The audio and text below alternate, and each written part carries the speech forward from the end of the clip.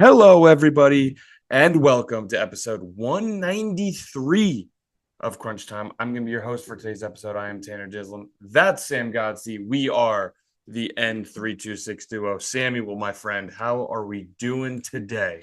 Man, I'm doing good. Glad to be back. It was a fun weekend of sports. But yeah, I'm excited to get into this episode. It was most definitely not a fun weekend of No, it sports, was. Sam. It It was. was. It was most definitely not. Sports are stupid, and football is stupid. For all of you counting at home, but of course we do have a full slate of football. So we're getting to that point. Each and every college game means something, and this weekend was not an exception. Full slate of NFL. All that and more on this episode, Sam. Where do we want to start? As you mentioned in the intro, this was a awesome or action-packed weekend of football. But I want to talk about one of the craziest plays I've ever seen. Let's do it. And that is Michigan State Riker Lee. Did you see this highlight I hockey? I did not know. Holy is one of the best plays I've seen. Let's see. This is good podcasting here as I watch. Whoa, whoa, whoa, whoa, whoa. So, Yeah, I think they'll show a replay well, his here. name is Riker Lee Riker Lee from hockey, Michigan State Michigan Hockey. State hockey. Oh my goodness. So for the audio listeners, wow. Okay, go Yeah, look up this clip because the way I describe it will definitely not do it justice. But he was what's that, dangling? Is that what it's called? I have Stick no idea. handling, and he flipped the puck up in the air, He then basically dribbled the puck. then smacked it down so the defender didn't know what it was. Then basically, as he smacked it down, went to the inside, defender slipped, cut it back outside, defender slipped again, had no idea where he was, and it was a goal. It was insane. Insane.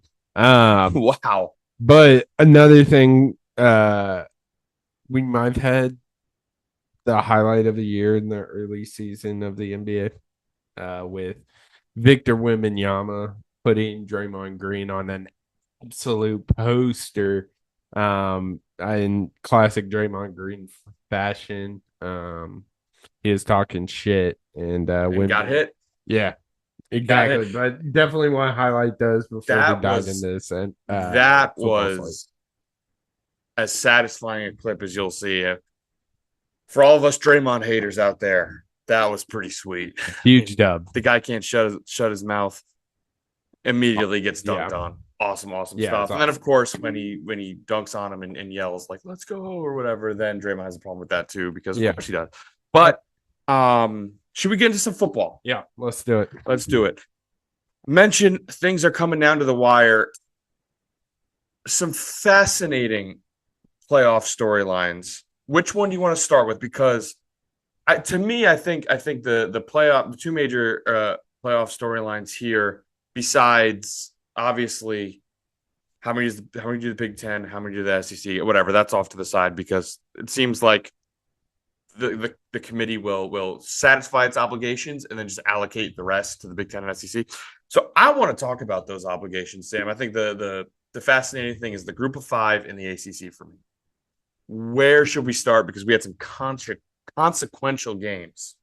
Let's show some love to the small dogs. I Let's, like let's it. start with the group of I five. like it. The Group of Five, and of course, in college football, when you think Group of Five, the first conference that comes to mind is the American, and we had a huge one go down at one of our service academies. South Florida was 24th in the country in the college football playoff rankings. They had to go to Navy.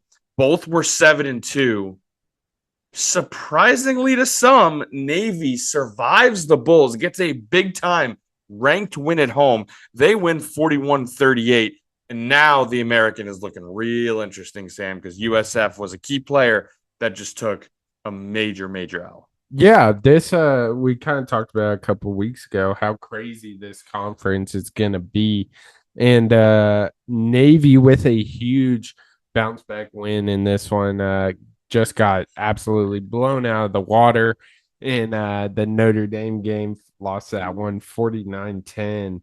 Then got smacked around by North Texas a week before. This was a huge step in the right direction, but it causes just absolute chaos in the American Conference. But they hold the slightest of leads in the conference with a 6-1. Yeah, because that's where like overall South Florida 7-2, Navy 8-2. Well, then you look to okay, who was the best team in the conference for a long time? I think a lot of people would point to Memphis, right? Yeah. Who held that for a large part of the season, got the signature win of Arkansas earlier in the year. Well, they had to go play East Carolina, and East Carolina takes down Memphis, while also North Texas gets a big win over UAB, and Tulane takes care of FAU. So this is crazy. Yeah. In the American. Navy now leads the conference, like you said, at 6-1. North Texas, East Carolina, and Tulane all at 5-1. South Florida at 4-2. Memphis now 4-3 in Yeah. conference. Craziness coming out of the American. Navy and East Carolina getting huge wins. Yeah. Yeah. Huge. So now, I mean, I think the next air quote best group of 5 conference would be the Sun Belt. Yeah. Would you put, or maybe the Mountain West? But we'll start in the Sun Belt, because the Sun Belt seems to be a one dog race, Sam. Yeah. And that dog is James Madison, of course, where Kurt Signetti got his name recognized to get hired at Indiana. James Madison destroys App State 58-10. They are now 9-1. And now is James Madison looking like, if the committee only puts in the one group of 5, is James Madison the best team in the group of 5, Sam? Yeah, it's going to be a very interesting conversation that the college football playoff committee definitely needs to have, because while a team like Navy, Tulane, Memphis, even, I think Memphis is on the outside looking in right now, but I just think the American is a lot more competitive all around this year. James Madison has been cruising. They're on an 8-game win streak. Like you said, took it to App State. I mean, they're Southern Miss with a conference record of 5-1, but they're 7-3 overall.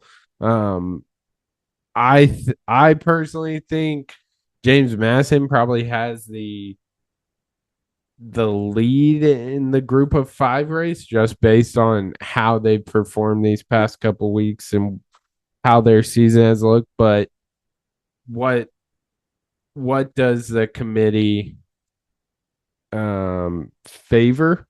Is it a tougher schedule with maybe a loss here and there, or is it just rolling through a lesser of a competition? That's going to be the question when it comes to that group of 5. Yeah, and it's so interesting when because we have that conversation all the time between Big Ten, SEC, ACC, Big 12, with the power conferences, and that's a little more black and white because there's overlap.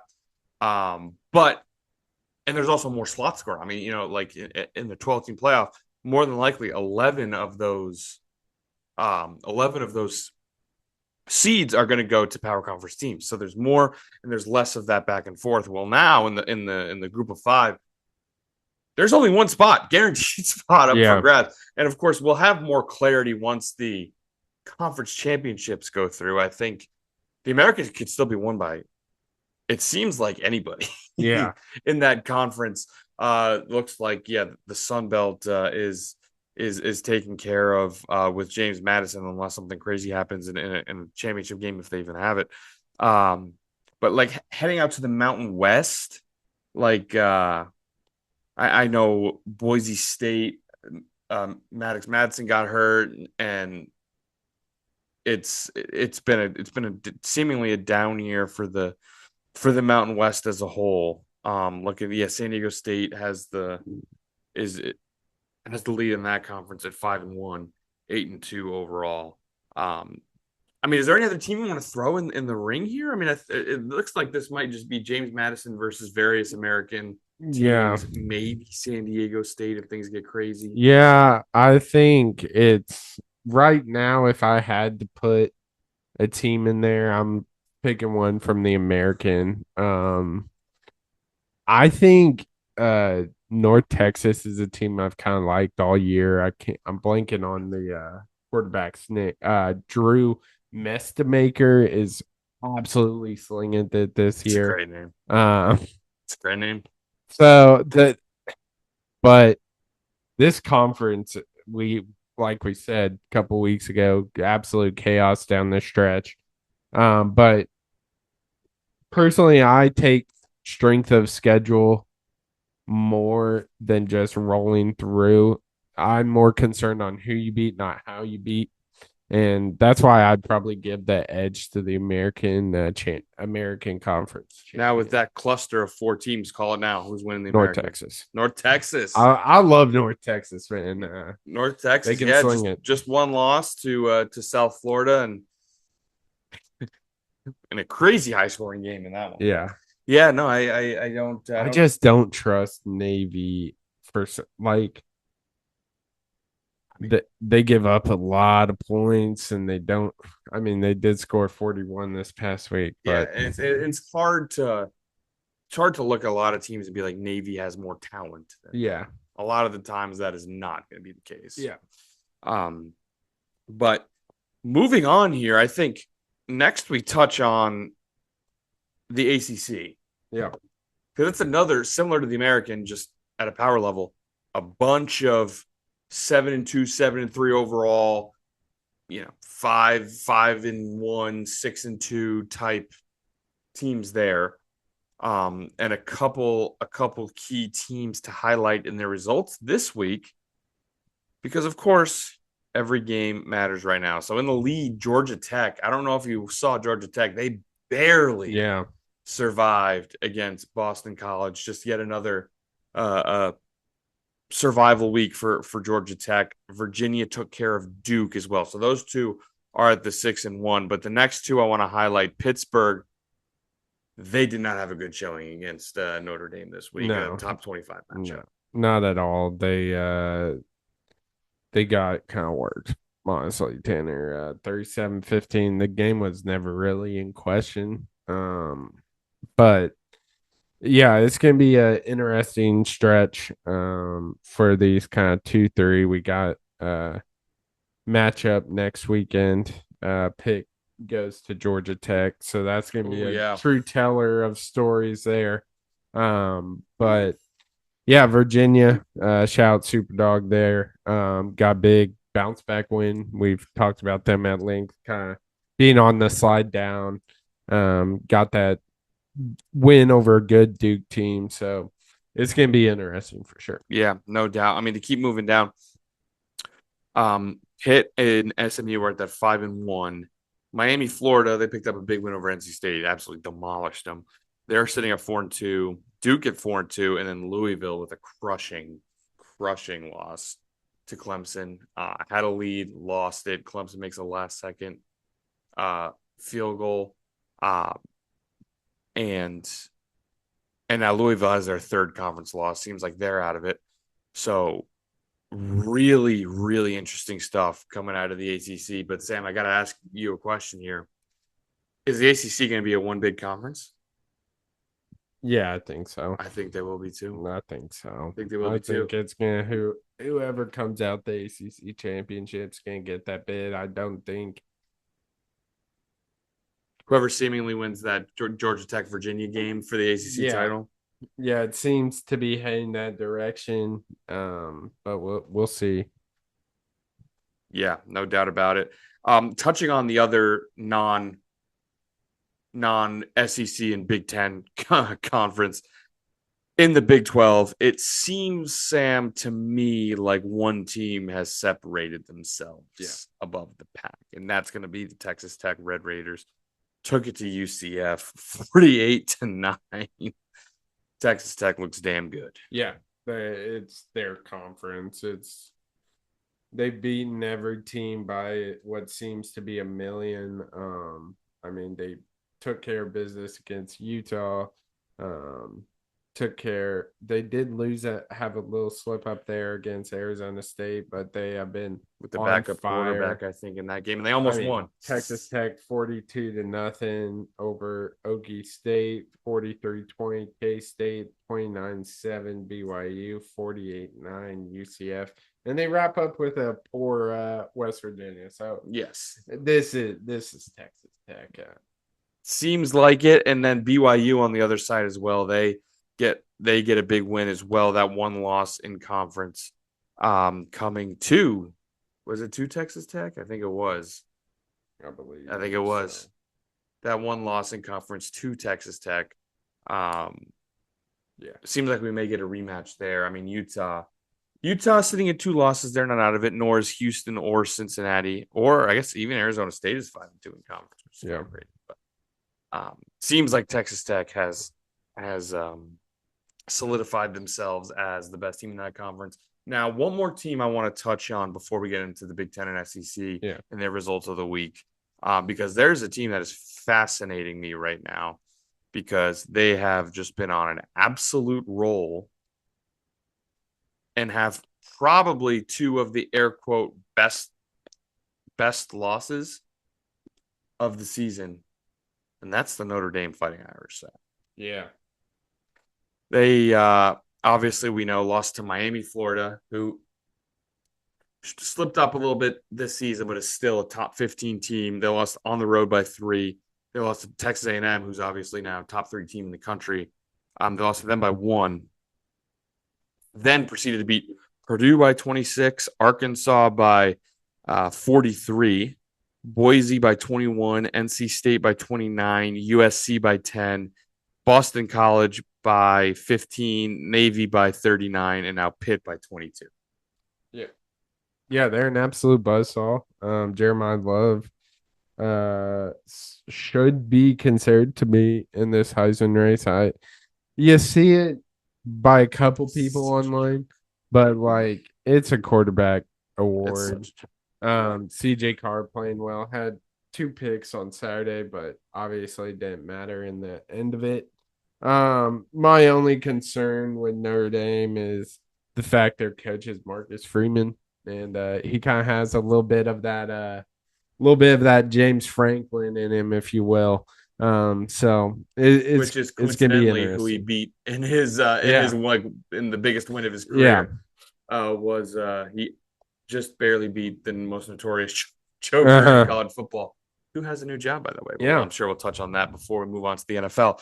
Um, but yeah, Notre Dame looks really good. Jeremiah Love, I'm telling you, man, it sucks that they lost those first 2 games and that he didn't get off to a hot start because it seems like that did him in for the season. No matter what he does the rest of the year, he won't be considered for Heisman because he struggled to start the season. But my God, Yeah. he maybe out easily a top 3 player in college football. Yeah, for sure.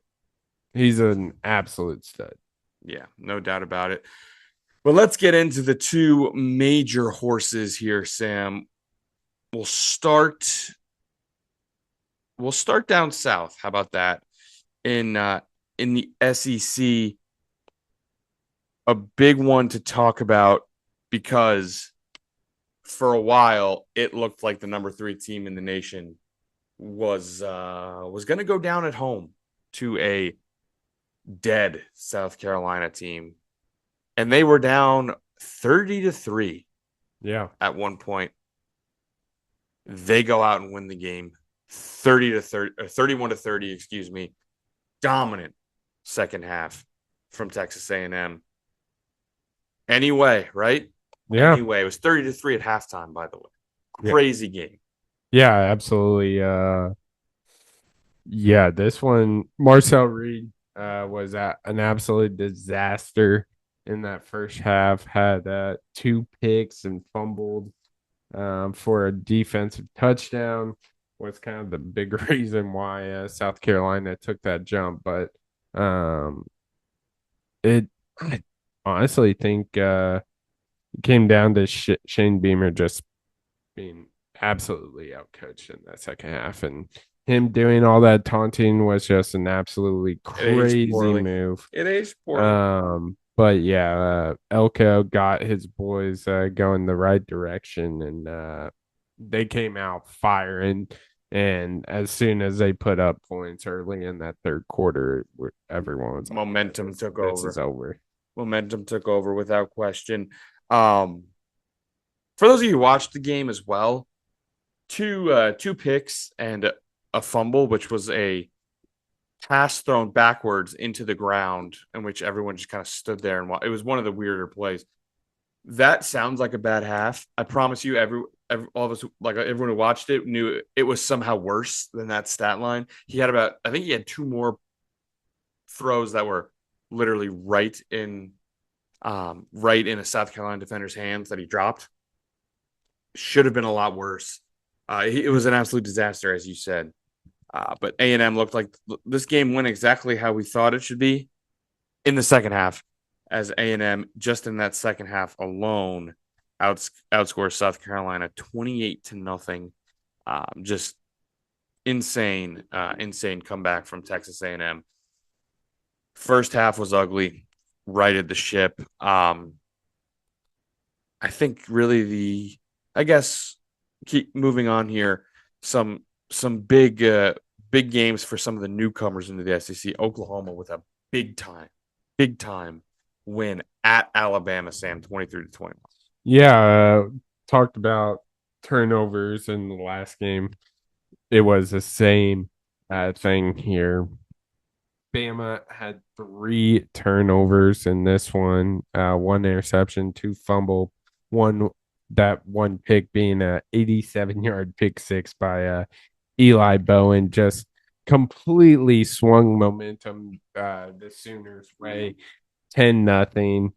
And that Oklahoma defense I talked about in Pick'em last week that they might get exposed by Ty Simpson. This could be his Heisman hopeful, and that aged like milk. Oklahoma's defense was phenomenal this game. I know you're looking at the stats. Yardage, they had 400. Alabama had 406. It didn't matter. They played great. Zero points in the last quarter. Um, I mean, strip sack late in the game. It was a it was a great game by the Oklahoma Sooners on that defense. You know, Oklahoma has now done this twice this year. Yeah, This was the exact same thing as their Tennessee game. Do you remember Oklahoma Tennessee? Tennessee had about double the yards, yeah, had possessed the ball for like 10 more minutes. What happened in the red zone for Tennessee? I think there was a botched handoff right at the mesh point. Ball dropped. Oklahoma picked it up, ran it in for a touchdown. That's what they do. They you can have all the yards you want. Yeah, like you said, 406 to 212. Possession was 35 to 25. Every plays were 75 to 51. It just doesn't matter when you turn the ball over 3 times, one of them being a pick six. Oklahoma just finds a way. That defense is nasty. That defense takes the ball away from you. And look, I don't think the Oklahoma offense is all that good. I don't know if they have the offense to beat a lot of major college football teams, but with that defense, they could beat anybody. yeah, I think that's my takeaway from this is that I don't think Oklahoma's all that great, but that defense is insane. And with that defense, they can play with anybody. yeah, yeah. Their defense. So Oklahoma with a big time win. We'll see. I believe the new college football playoff rankings are coming tonight, Tuesday, as we're recording. So we'll see how far Bama falls. But Lane Kiffin coaching, obviously, Ole Miss, playing Florida at home. A lot of rumors. Lane Kiffin, Florida, LSU, stay at Ole Miss. Well, he gets the job done here, Sam, and Ole Miss takes care of Florida, kind of as we all expected. Figured we would touch on it just with the Lane Kiffin stuff. It seemed to be an interesting vibe around the stadium. Yeah, it was a close game for like the first half. Then Trinidad Chambliss and the Rebels kind of took over, but yeah, the whole Lane Kiffin situation. It seems like we have this situation like every 3 to 5 years with this guy. He's not going anywhere. He's staying Ole Miss is the put perfect program for him. at Ole Miss. Yeah, We've said that's it. kind of my thoughts. We've said it. He's Ole Miss is perfect for him. But yeah, Ole Miss obviously gets that win. Um, and the big one in the SEC, Sam, Georgia, Texas, in Athens, and the dogs rolled. The dogs steamrolled Texas, might I add, 35-10. Yeah.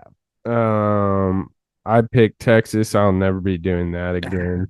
We all have the screenshot of Sam doing the horns. Just it will forever be horns down. Arch Manning played like ass, got absolutely outclassed by Gunnar Stockton. Gunnar Stockton looked friggin' awesome. 5 total touchdowns, 24-29, 229 yards.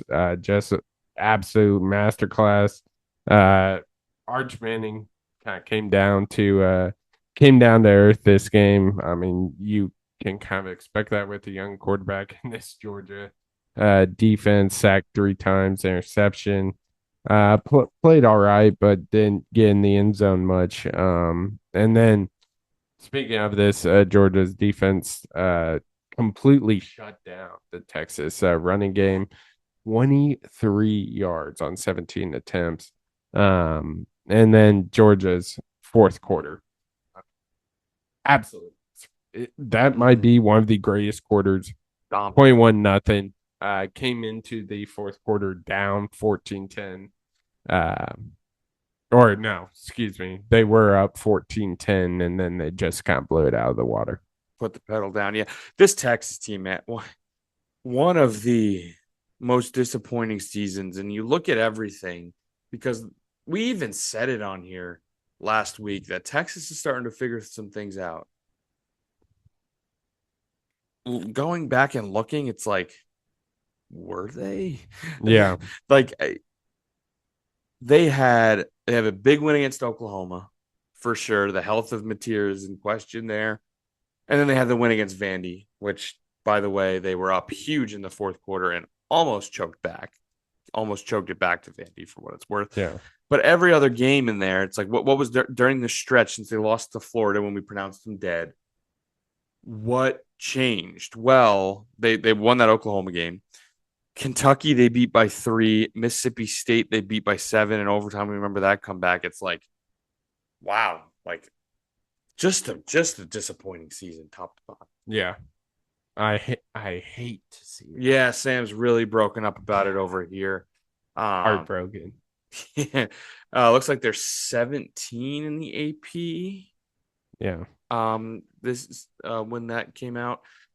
We'll see what the college football playoff does with them after they just got blown out of the water. So now, I mean, SEC title game lookout here. I mean, if it were to end today, Texas A&M Georgia, which would be an awesome matchup. Yeah. Yeah, I think I like Georgia this year. Coming from the SEC.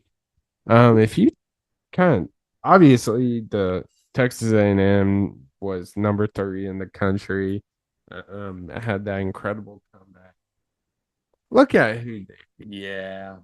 It is now. Obviously, I know it's the SEC. The SEC is uh top to bottom, probably the best conference. I don't think there's really a whole lot of argument there.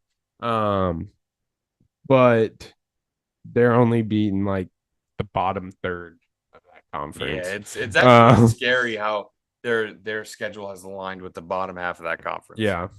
I mean, I know I'm gonna pull up their schedule right now. Okay, I have the standings up. So you say who they've played, and I'll tell you where they're ranked out of what 16. Yeah, I believe there's 1, 16. 2, Okay, here we go. Yes, there are So 16. SEC, Mississippi State. Mississippi State is 13 out of 16. That one was 31-9. Beat Auburn, who fired their coach 16-10. Where's Auburn? Yeah, that is a 14 of 16. Beat A&M or beat Florida 34-17. Florida is sitting 12 of Nice. 16. Arkansas, they beat by 3. Arkansas is sitting 16 of 16. That hurts. LSU 49-25. LSU is sitting 10 of 16. Missouri, they 58-17. Missouri is 8 of 16. Okay. So that's the midpoint. There you go. That's the midpoint. And then South Carolina. And then South Carolina is 15 of 16. Oh boy. Oh boy. But they got Samford next. They got Samford next. Tough test. That is crazy how the schedule has broken. I do think they're good, but that is crazy. I will say though, you didn't really expect. Well, when it's conference schedule, it's not like they schedule like a team can be held accountable for its non-conference schedule because that's something you go and schedule. When it's conference schedule, it's just how it goes. But you can't schedule that. If I looked at the schedule in August, I would have thought Florida would have been pretty good. Florida, LSU, LSU, Missouri, South Carolina. Yeah. No, you're totally right. But and it's not their fault. Like again, conference schedules, they break the way they break. You can't handle that. It is for the number 3 team. It's broken the way of Texas A&M. Yeah. You'd expect a little more now they kind of have crap out teams, but yeah, it's definitely a interesting storyline. Potential fraud watch. Who knows? Are you putting them on fraud watch or no? Official? No. Yeah, I think they're good. I think Marcel Reed. I think now this is gonna be a blatant, obvious statement, but this team goes as far as Marcel Reed takes it. Yeah. Does he play like first half Marcel Reed or second half Marcel Reed? Let me tell you, first half Marcel Reed is good for down 30 to 3. Second half Marcel Reed is good for a 28-0. Yeah. Like what happened, say, end of the season, playing Texas. They go down 28-10. What happens? Do we get the same result? I don't know. But yeah. It's gonna be very very interesting coming down the stretch for A&M. No doubt about it. But should we move on to the Big Ten, Sam? Yeah. One ranked matchup, which will save another heartbreaking loss for Iowa. But Sam, we do have breaking news. Penn State has won a conference game, everybody. Penn State, the preseason number 2 in the nation, has won a conference game. They won it on Saturday, November 15th. Just as everyone thought, they take down Michigan State 28-10, who is really bad. 28-10. But they get the land grant trophy. Let's go. So that's huge. Oh, no. I'm just double checking. Michigan State doesn't have a conference win. Damn it. Oh. Michigan State and Purdue are 0-8, or 0-8 for Purdue, 0-7 for Michigan State, 1-6 for Wisconsin, Penn State, and Matt. Woo! Tough conference schedules. But yeah, it's worth noting. Preseason number 2 finally got a conference win, and it is over a winless conference team. But yeah, I guess there's another game worth talking about. Michigan, Northwestern. They barely survive, Sam. Yeah. Barely survive in Wrigley. Yeah. That was an interesting one.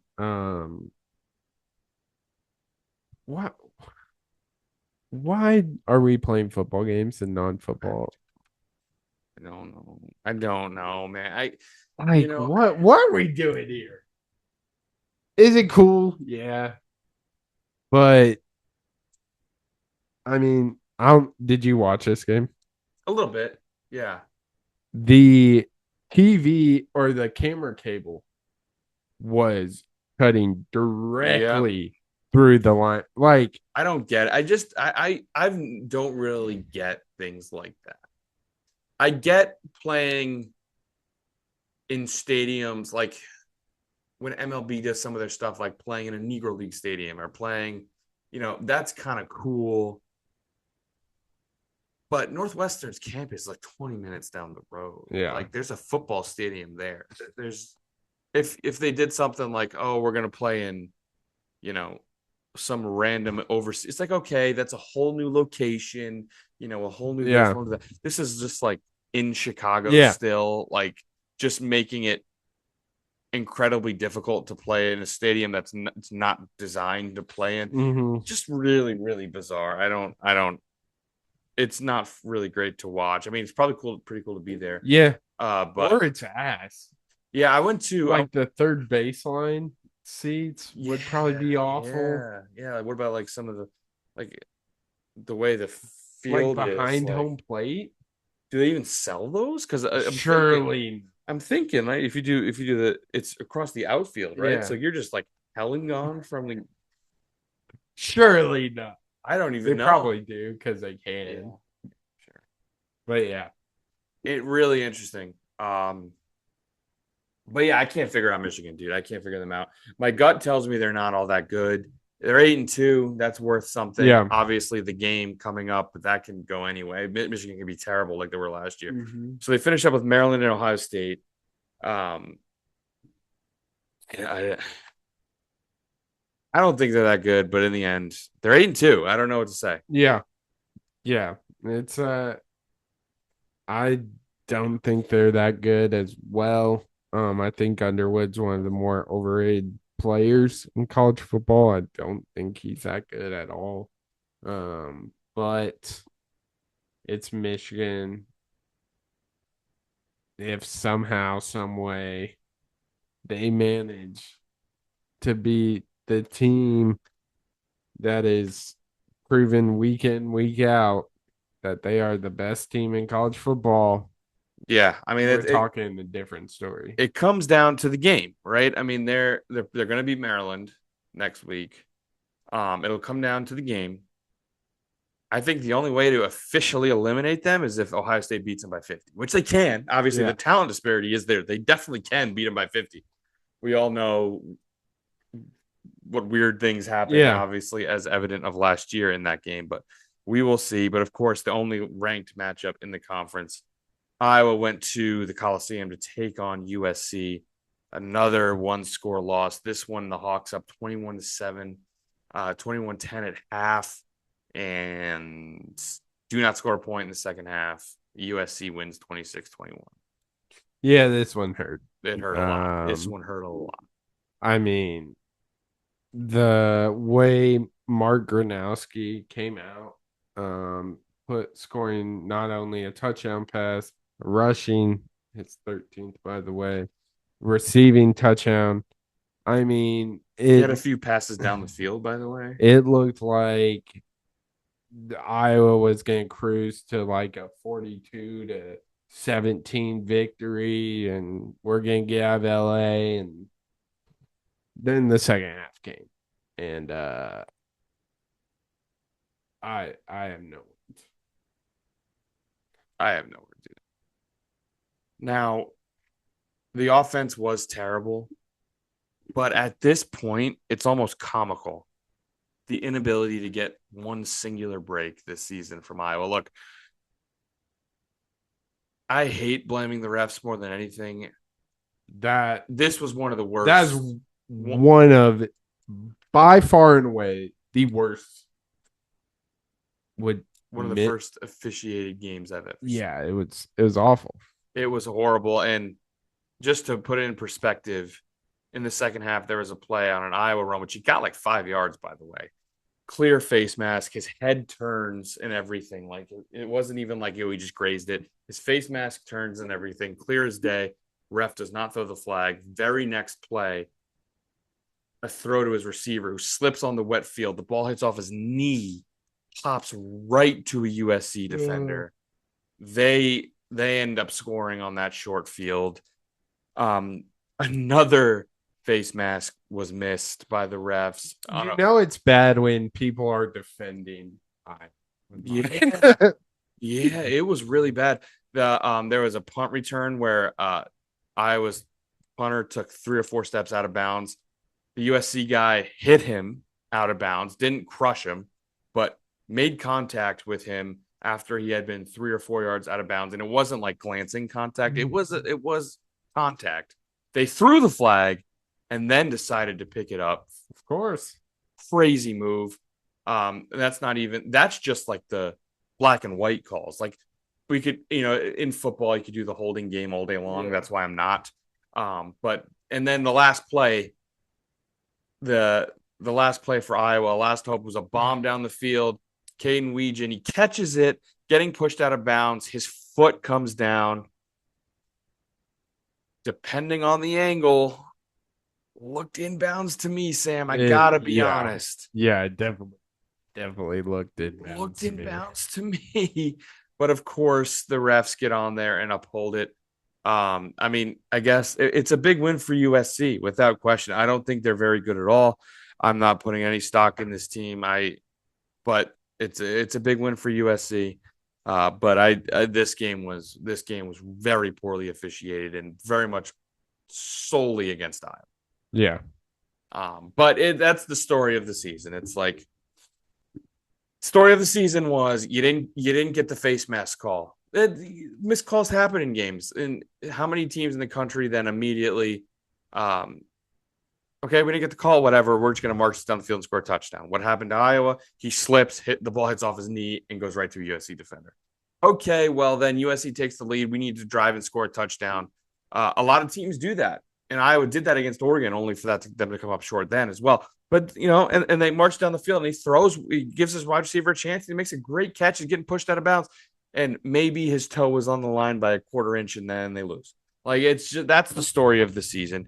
You'd think throughout they would get a few breaks. They just haven't, and it sucks. Like as much as it sucks as a fan, as much as it sucks, like if you're on that team, you're playing great football. You're within every single ranked team you play. You're within one score of, and you just keep coming short. Whether it's a hurt quarterback, whether it's a foot out of bounds, allegedly, whether it's an Oregon player just making a great throw and catch on a perfectly defended ball, whether it's not the opponent never ever missing. When's the last time an opponent missed a field goal against Yeah. Iowa?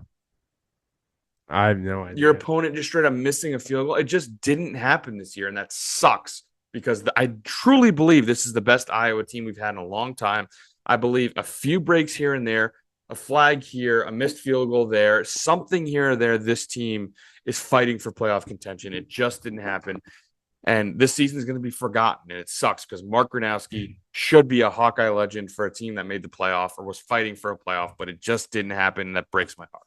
Yeah. I mean, it has been a heartbreaking season for the Hawkeyes. 4 losses by a total of 15 points, Tanner. Just absolutely heartbreaking. It seems everything that could go against us goes against us. It's a disappointing season, knowing we were pretty damn close to competing for a Big Ten championship and potentially a playoff spot. Yeah, no, it sucks. My heart breaks for the seniors. I just hope. I think if they get a big win at Nebraska, that can air quote salvage this and just really leave a nicer taste in our mouths through the course of the season. But that's really all I want to say about Iowa, man. It's just every time I think about it, I get a little depressed just thinking how close every game was and just one break here, one break there, and we're having a completely different conversation. This team is legitimately good, in my opinion, but they just keep coming up short. Yeah. So real unfortunate stuff. To wrap out college football, Sam, I mean, James Franklin has a new home. Yeah. He's going to Virginia Tech. Did at some point we say that on here? I think we may have. Yeah, I'm not sure. I think we may have. If anyone out there listening remembers us saying James Franklin to Virginia Tech, I think we may have said that. But seems like a good fit. Seems like a good fit for him. A good program, a program that's going to have support, but one that has been so in the dumps lately that he will get a long leash to turn around that program. Yeah. I mean, they're Good going to fit. be Good fit. They're going to be excited with a 8-4, 9-3, the occasional 10-2. I mean, the job security for this guy is Should be. real nice. Should be. Yeah, should be. And like you said, yeah, 8-3, the James Franklin special. But then again, if you're at Virginia Tech, you're not playing Ohio State. Yeah. His bugaboo. You're not playing Michigan, a team that had gone back and forth with Penn State in the past. So yeah, really interesting. Obviously the Lane Kiffin saga. Apparently, Ole Miss gave him an ultimatum. Yeah. I don't know if you saw that. That he needs to decide whether or not he's staying or leaving by the Egg Bowl, which I believe is on Thanksgiving or on Black Friday, one of the two. So that's interesting. Yeah. Yeah. I still don't think he's Me going neither. anywhere. Me neither. Me neither. But should we get into the NFL? Let's do it. Pretty decent week of the NFL, I thought. Some pretty good games, some overtimes here and overtimes there. Um, I think I also a big injury week, unfortunately. It seemed like a lot of people got injured this week. None other than Michael Penix Jr., who I think might be out for the year with a leg injury. Falcons lose again to the Panthers at home. Just a disaster season for Yeah. the Falcons. Yeah. Disaster season, worth mentioning. Dolphins beat the Commanders. Now, Dolphins have won a few games. Commanders, obviously, in full tank mode without a quarterback and a lot of talent, but things went wrong this year. The most fun game, I think, of the early slate, Sam, one that we can talk about, Bills Bucks. Yeah. Josh Allen. Yeah. As y'all know, huge Josh Allen. I mean, this was a win-win for me. Huge Baker, huge Josh Allen guy. Josh Allen had probably one of his best games as a Bill. 6 total touchdowns, 3 passing, 3 rushing. First player in NFL history to do that. He tied. He actually tied a record of Cam Newton for the most rushing touchdowns by a quarterback in NFL history with 75. But down the stretch when this game mattered most, Josh Allen stepped up to play and knocked it out of the park. 2 touchdown drives, finishing both himself. Josh Allen, what a Yeah, beast. that's this game. What happened in the Tampa Bay Buffalo game? Josh Allen happened. That's all you need to say. Like you said, 6 total touchdowns is absolutely bananas. I don't even think that Tampa Bay, they played fine. It's just too much Josh Allen. When you score 32 points on the road, you like to think you have a good chance of winning that game. But the Bills get a huge win. The Packers, they continue to be incredibly confusing. Did not play well against the Giants. Yeah. But they got the win. Yeah, win's a win. Unfortunately, our guy Jameis Winston didn't get done, but he covered for Miles, so shout out. But yeah, this Packers team, what a letdown from that first week against the Lions. Everyone was super high on them, and I was ready to pencil them into the Super Bowl. Yeah, it hasn't been a fun couple weeks for the Packers, that's for sure. Yeah, no doubt. I mean, what Rams beat the Seahawks, Broncos beat the Chiefs, Eagles beat the Lions, and that's the NFL, right? That's all we have to talk about. Yep, that's it. Oh yeah. Before we get to those late games, we will talk about it. Bears beat the Vikings. Oh boy, did JJ McCarthy look terrible. Yeah, he looked terrible. It's been really bad to start the season. Turnover machine. Look, this one is the one. This one is the one for me. Against Baltimore, there's a lot of talent on that defense. I thought one of the picks wasn't his fault. It was like a second and short where they take a shot and Justin Jefferson tripped, led to an easy pick. I'm fine with him taking that shot. You absolutely do that. This one is the one for me, Sam, because if you watch the game, I don't know if anything could have lined up better for JJ McCarthy. The Bears defense is terrible. Yeah. The Bears defense simply cannot rush the passer. The Vikings offensive line was tremendous today. He had all day to throw. He could move the pocket. He could do whatever he wanted in the backfield. So there was no pressure. He's against a bad defense. And wide receivers were wide open. And he just continued to miss wide receivers. Now, he didn't get a lot of help from his wide receivers. Sometimes he made a few really nice throws that were dropped. It was more often the case that he made a bad throw than a good throw that was dropped. And multiple just simple pitch and catch high school football type stuff he overthrew. Now, again, he led the drive to take the lead at 17-16 before the Bears came back and won it on a field goal. But again, it's like this situation in a 2-minute drill. I don't know. There's an all 22 picture. The Bears safeties were so deep because they were so afraid of getting beat by Justin Jefferson, which fair. Yeah. Jefferson's really good. Because of that, it was just like everything was open underneath and he was just taking advantage of it. So I guess it's like that last drive when you play 98% of the game, you play terrible and everything was in your favor. And I think Kevin O'Connell was starting to get annoyed. Yeah. Because I also think the playbook was, let's say, what's the word? Condensed for this game and for him, so he could really just get his feet under him, and he didn't. He looked terrible, Sam. This is really not good. Yeah. He looked awful. There's no doubt about that. So, I mean, he started 5 games. I can't. I don't really know what to do here.